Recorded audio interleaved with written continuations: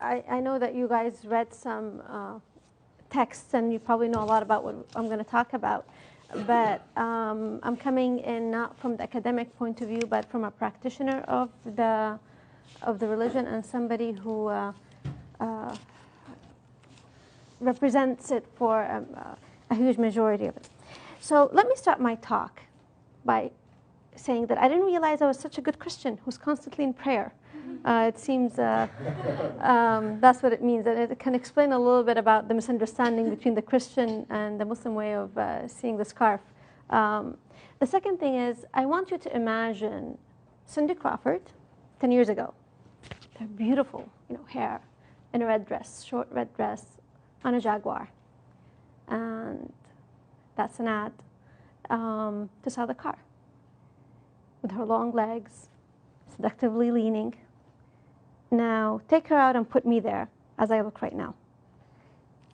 Exactly. The whole point is that the difference is that suddenly the sexuality issue comes right at it. How do you use women? Women have been used to sell things. Their sexuality has been put in the public sphere to attract male gaze, but also the male financial pocket, because Cindy Crawford is not going to marry you watching her on TV. She's going to get you to think, if I get that car, and actually it's true. If you get that car, perhaps.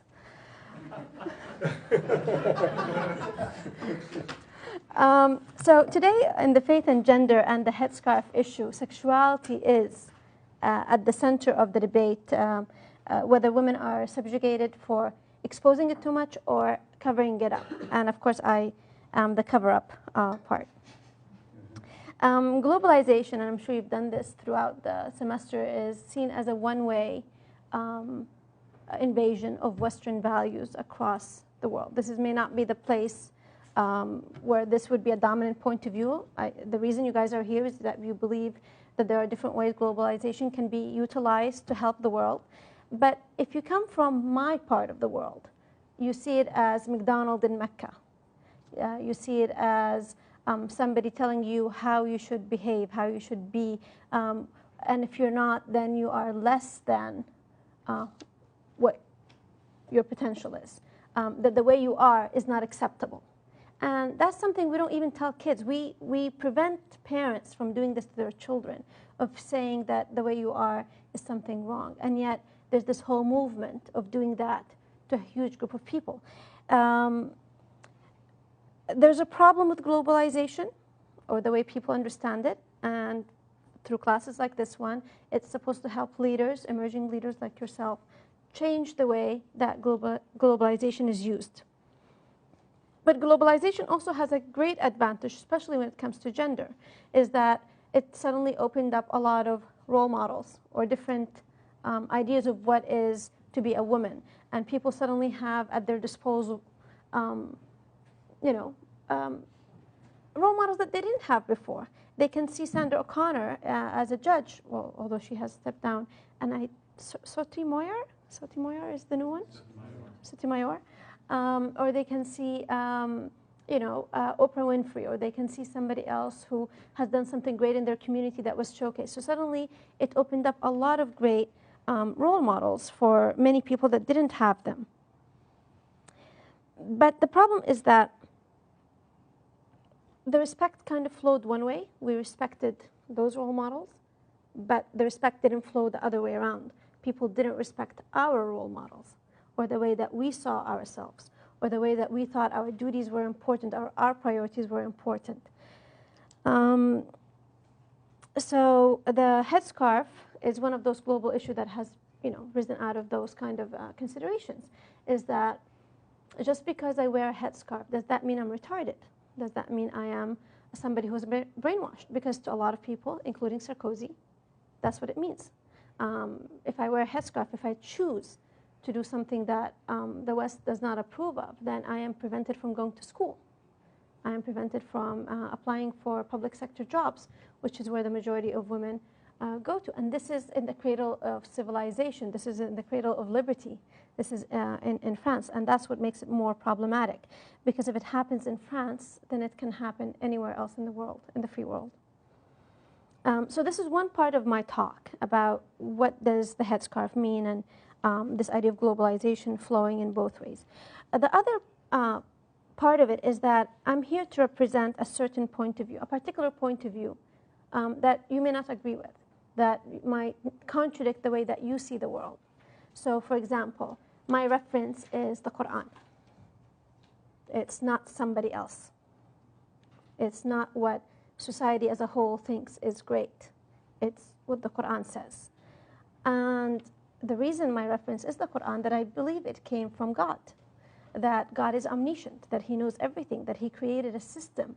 It might look very chaotic, but male and female relationship is just the same as the moon and the sun. It is part of the natural order.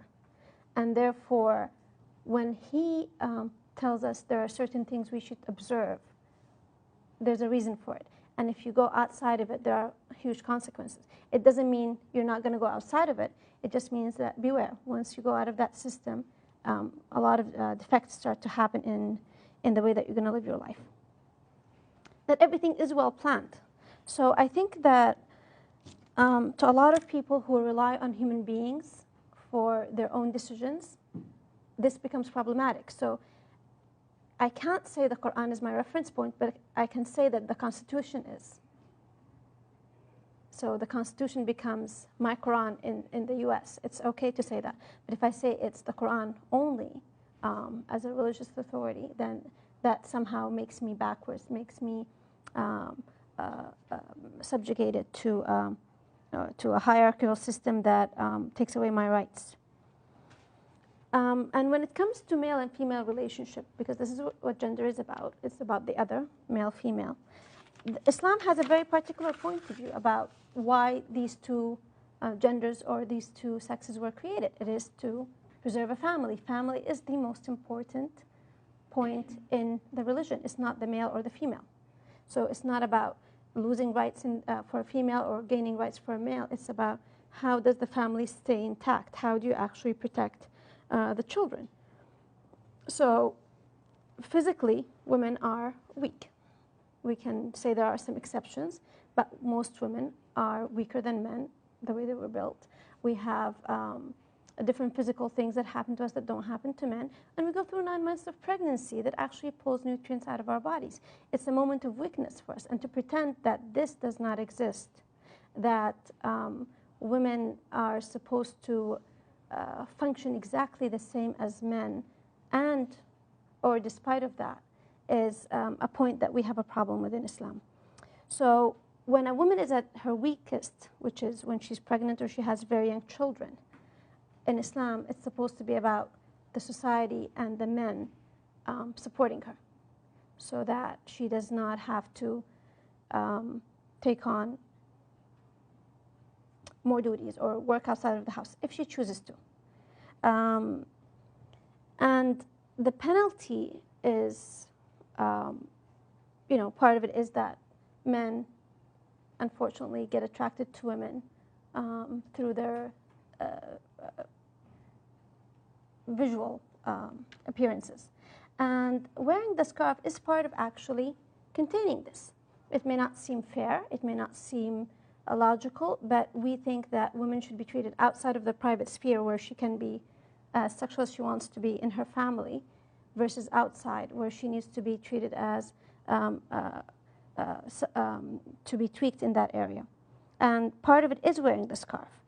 Again, as I said, this is a very particular point of view that you may not agree with.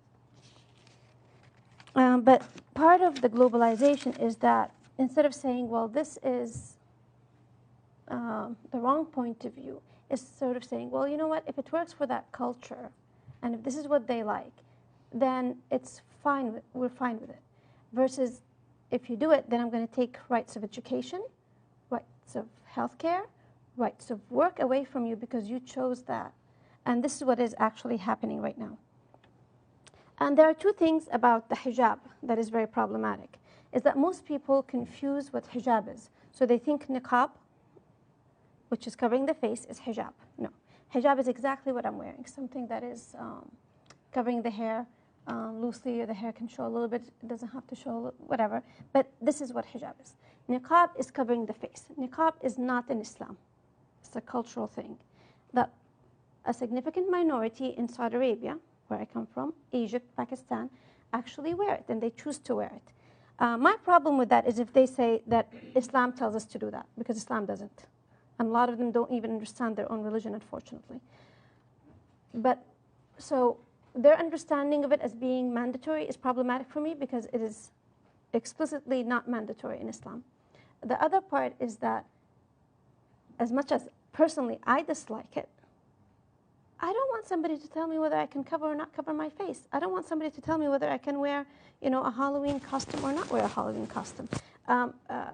So I understand the security issue that France might have, but I think that it is not really a security issue that they were talking about. It was really a very, it's a form of discrimination against Muslims. They don't want to see France's identity changing, and wearing the scarf, wearing the niqab, is kind of like a symbol of France changing.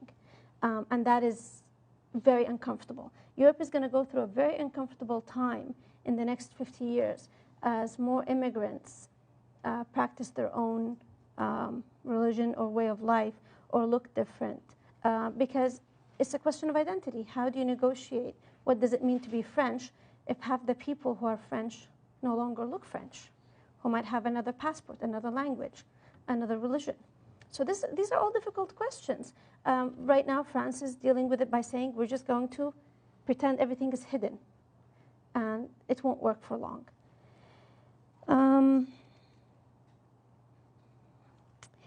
So again, we go back to the hijab. And as I said, the particular point of view is that you're not supposed to send sexual messages to the wrong party. It's supposed to be something that is very private between you and your husband. This is why it is allowed when you're getting engaged and when you're married and within your family to look as beautiful as you want to be. If you want to wear that red dress, you may not look like Cindy Crawford, but you can wear it. Whereas outside of the family, then no, it's not about a sexual role that you play. It is about a human role that you play, and that does not need the short red dress. What has happened is that people take Saudi Arabia as the example for the hijab issue, where it is mandatory, not that you wear the hijab only if you're Saudi, but that you wear a black abaya. Have you seen those? And so this is kind of like a traditional thing that we do, and people take that to mean Islam. It's quite traditional, it is only particular to Saudi Arabia. Saudi Arabia is only one out of 100 countries that have huge Muslim numbers in it. People don't look at the others to say the same thing. Now, I'm actually one of those people who like the abaya, because I was telling Dr. Wolf earlier on, if you have to run out of the house in 5 minutes wearing your sweatpants, it's so easy to just like button that abaya. It looks really gorgeous, and go to a meeting and nobody knows what you're wearing. So for me as a mother, it has saved me numerous times. But again, I think it's a cultural thing where we actually like it. My issue is that whether you have a choice of wearing it or not. And I'm one of those people who believes that you should have a choice. Kuwait is a great example of a country that is very close to us that actually does this. You can wear the abaya if you want to. You can wear the hijab, which is like this, or you can not wear it. It's up to you. It's up to what you decide with your family or with your own tribe or whatever it is, because it does designate sometimes certain status, what you want to be.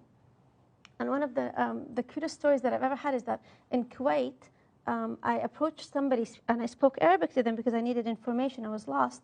And the person who was wearing the full abaya with the black hijab looked exactly like me, doesn't speak in Arabic.